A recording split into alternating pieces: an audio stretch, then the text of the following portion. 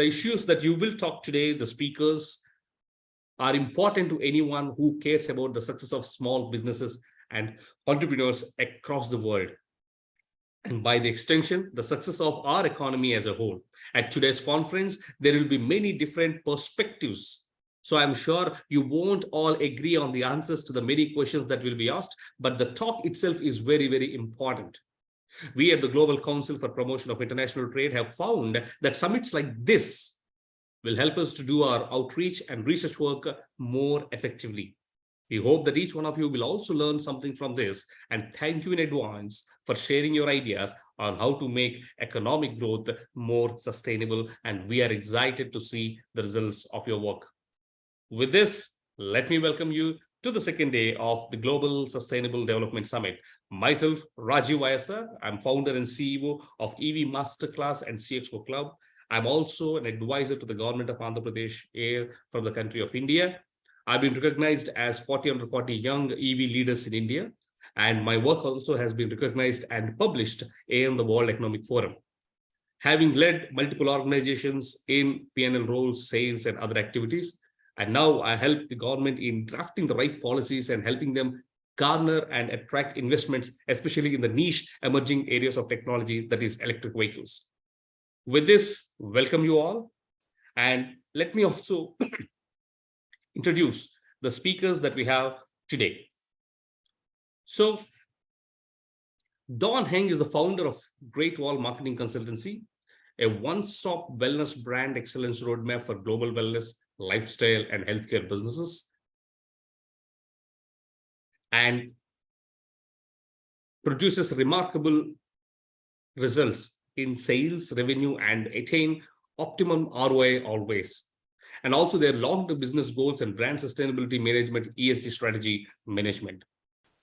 Now, at this point of time, I would like to invite our first speaker, Ms. Halima, who is the chair founder of a leading Pan-African education, employability, and entrepreneurship organization, Skills Outside School Foundation, leveraging on data, advocacy, and interventions with 150 plus partners and 50,000 plus beneficiaries across Nigeria, West Africa, Latin America, and South Asia.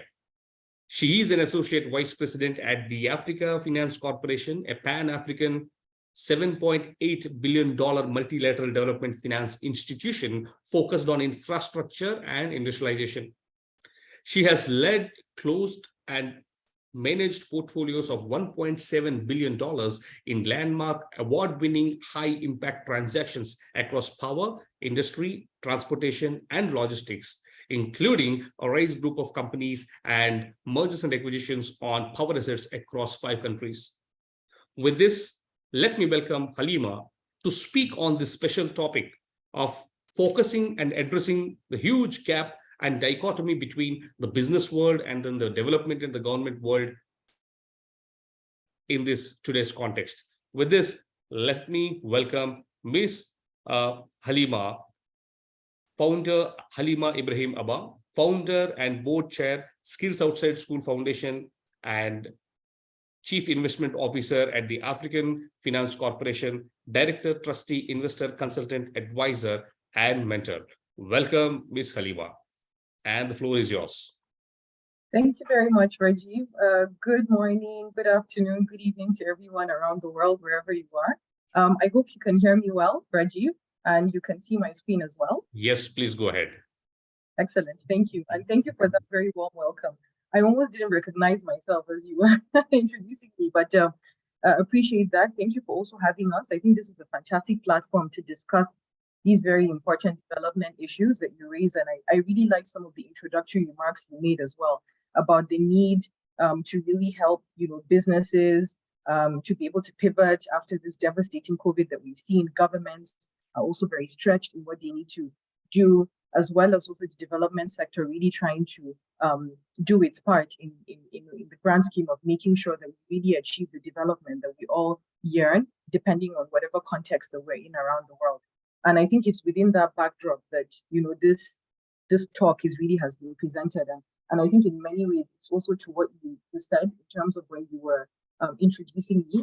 I think I've had the unique benefit of being able to transcend all 3 sectors. So both the development space, the business world, but also on the public sector side.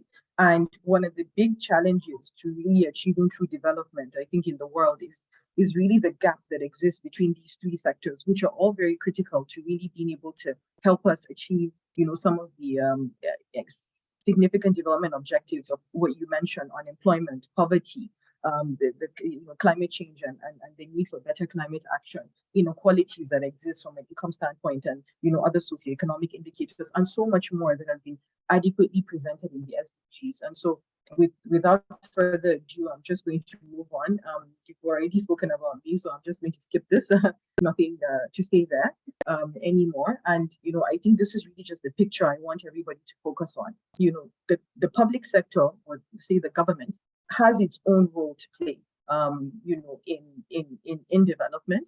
We also have the third sector, which comprises of NGOs, development organizations, multinationals, supranational organizations as well, such as the UN, that exist in this space. And then you also have down below, very importantly, the private sector, and that transcends micro enterprises, small, medium, large, multinational corporations, transnational corporations.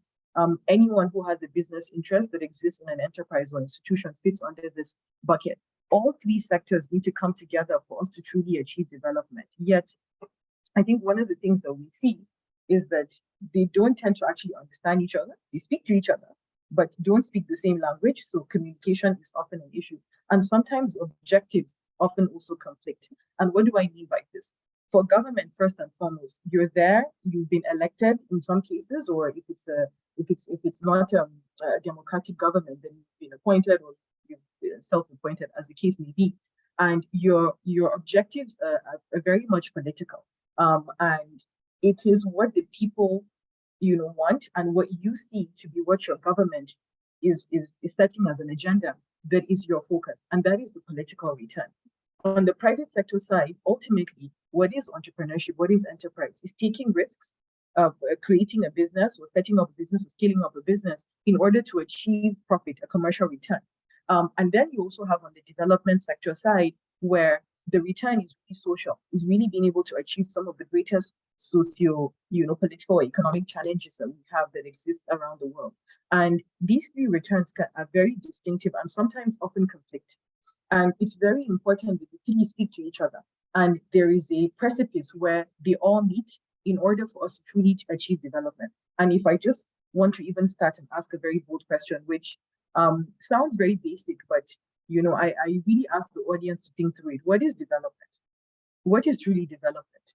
And I assure you, if we ask this question, even amongst ourselves, if I could get feedback, from the audience, and whether it's organizations or in a school or in the government space, or even in the international development space, or conferences or seminars. I mean, COP is currently going on and is wrapping up. The UN General Assembly just happened recently. What is development? Do we really all agree on what is the meaning of development, or what the concept is?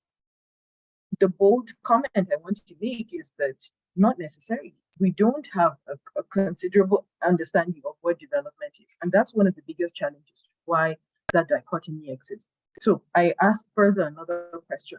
Is it about the attainment of the Sustainable Development Goals, as is the theme of this summit, the 17 Sustainable Development Goals, as is relevant to your community? Because of course, the society you exist in may not have all of those challenges to which those goals need to be attained. Perhaps they've already been attained. There may be some gaps in some SDGs more than others. But really, in the true sense, is that really what development is?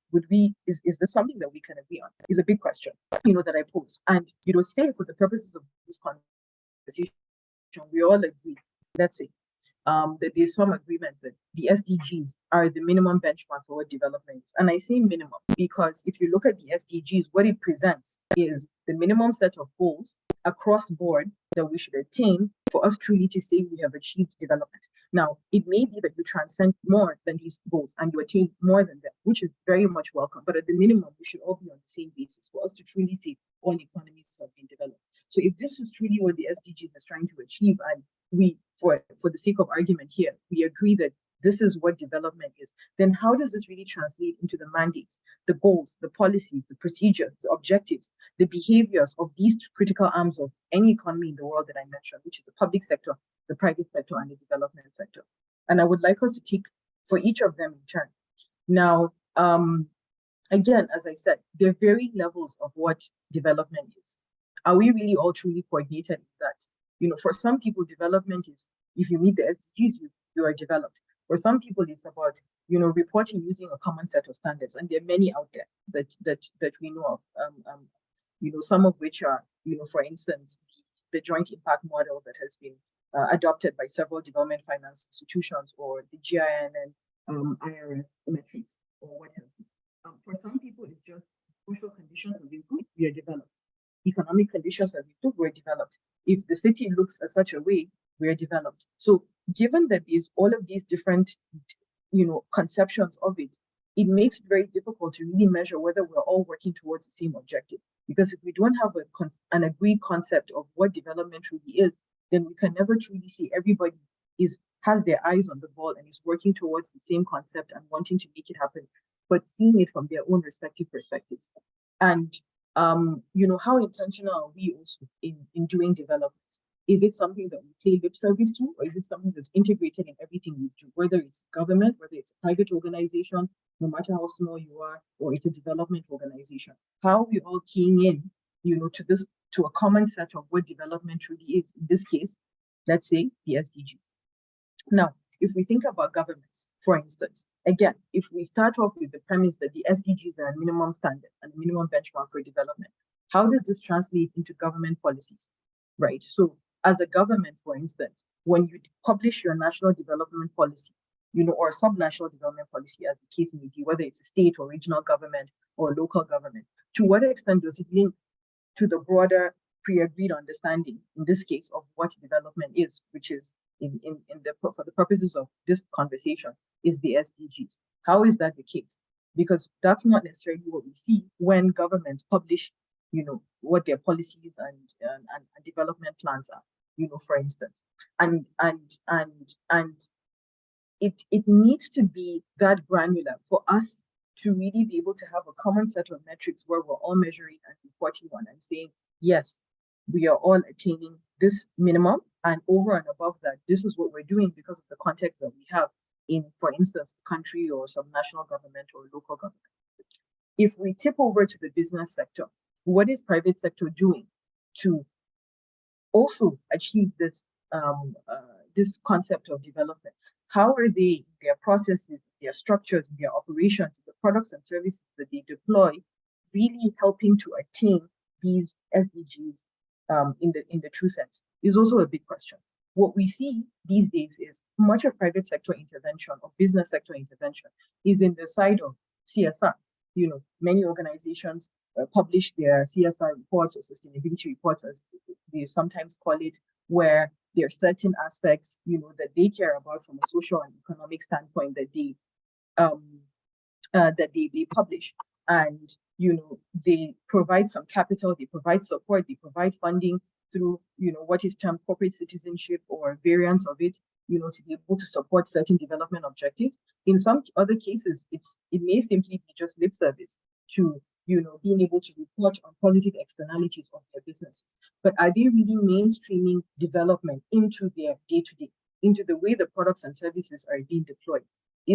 Are the SDGs, or is development, as is understood, really in the heart of the product and service provision? It's a very important question to ask. So, for instance, if we want picks on the SDGs on SDG on reduced inequalities, how are your labor laws? How you are structured? How is the market that you're presenting, you are existing in? How is that business that you're running structured in a manner where you're reducing inequality or you are not exacerbating inequality, for instance? These are important questions we have to ask, because it's going over and beyond just having a bucket of money that you've approved for something to actually mainstreaming development into your day-to-day practices. There are variants of it that are being put out there, such as what is called the environmental, social, and governance metrics, for instance, or IFC, the International Financial Corporation performance standards, of the World Bank. There are various metrics that are out there, but to what extent are we really institutionalizing all of these practices into our day-to-day in a bid to achieve some of these settled, development frameworks and understanding. And like I said, looking at things like our the businesses, the economic footprint, the supply chain, the standards in which they deal with what they do, the local communities, how do they benefit from the work that you are doing as a corporate that exists there? All of these things are very critical, to be able to really ensure that we are all doing development collectively with the same set of standards. And then, of course, on the development space, which is really where a lot of doing development is, how true are we and consistent are we with the standards of how we do development?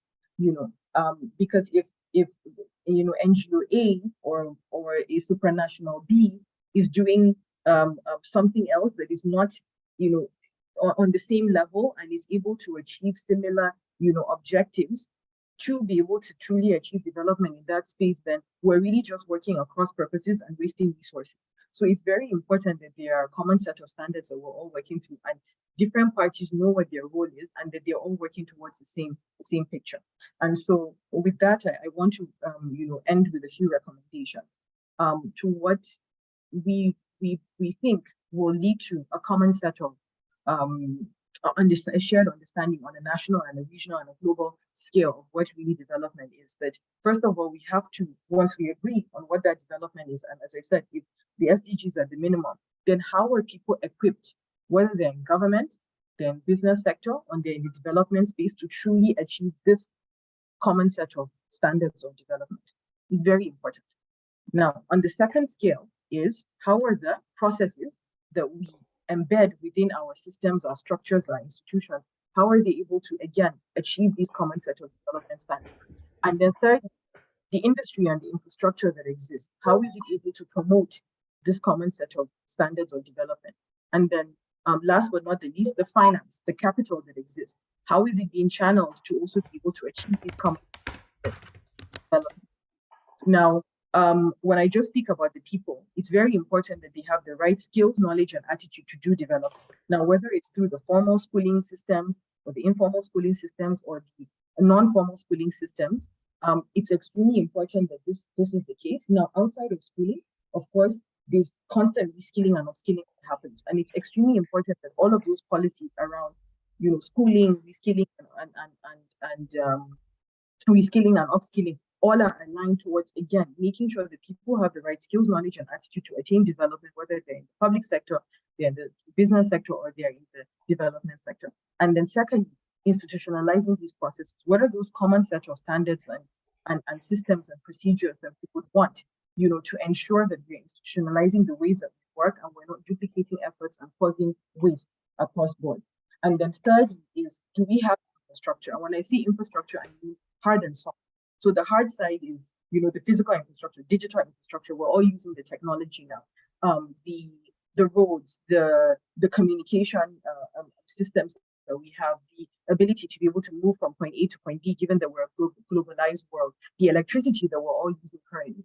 All of these things are important hard infrastructure that needs to be in place to really truly attain development. But also on the softer side, the systems that we have in place, the way the organizations are structured, the communication that happens, the efficiency levels with how things can get done in a country or in a setting or in a community becomes really important to have in place to truly achieve this connection between all three, arms of the economy, but also to truly achieve development. And then lastly is the finance side, and the finance transcends many things. It's not just the grant funding that, development organizations provide for governments, but also the development capital. It's also the equity financing. It's also the debt solutions. The entire message, the entire structure needs to come into place, and the different sectors that provide these different forms of capital need to understand that this is how we need to come together, finance these common set of development standards that we have. And lastly, but not the least, is just to end by saying that it's very important, as I said, that first of all, we all agree that, and based on that, have a common set of frameworks that can be leveraged on, that everybody can key into, and that often is best done by government because they are the at the top, that coordinate everything, and they aggregate all parties to come in place to do that. And then, of course, you have the supranational groups and the intergovernmental groups that are above the governments that are able to then bring, development across different jurisdictions. Because again, no man is an island, and there's no point having development in one area but not having in another. It has to happen simultaneously, to really be able to achieve the dividends of those efforts and intervention. And then, of course, lastly, you have the business or the private sector and the development sector that are coming in to make sure that they're implementing from the perspectives to which they see, so that we can truly be able to find a way to bring together all of these three different arms that may often have times different return, objectives, but can be synergized based on applicable standards that have been agreed and preset, and that all parties are coordinated and they fit into a bigger pie. So you have this big piece of puzzle of development, and everybody is coming in to take their own share based on what their expertise is and the sector that they represent. So these are just very few thoughts on, what we see at the Skills Outside School Foundation to be very important ways of bridging the gap between these sectors to truly be able to help us achieve development in the way we really hope for, and give credence to the sustainable development goals, but also development over and above the SDGs as the minimum benchmark. So thank you so much, Rajiv, for the time. It's been a pleasure, and look forward to the rest of the sessions and also to hear from the other speakers. Thank you.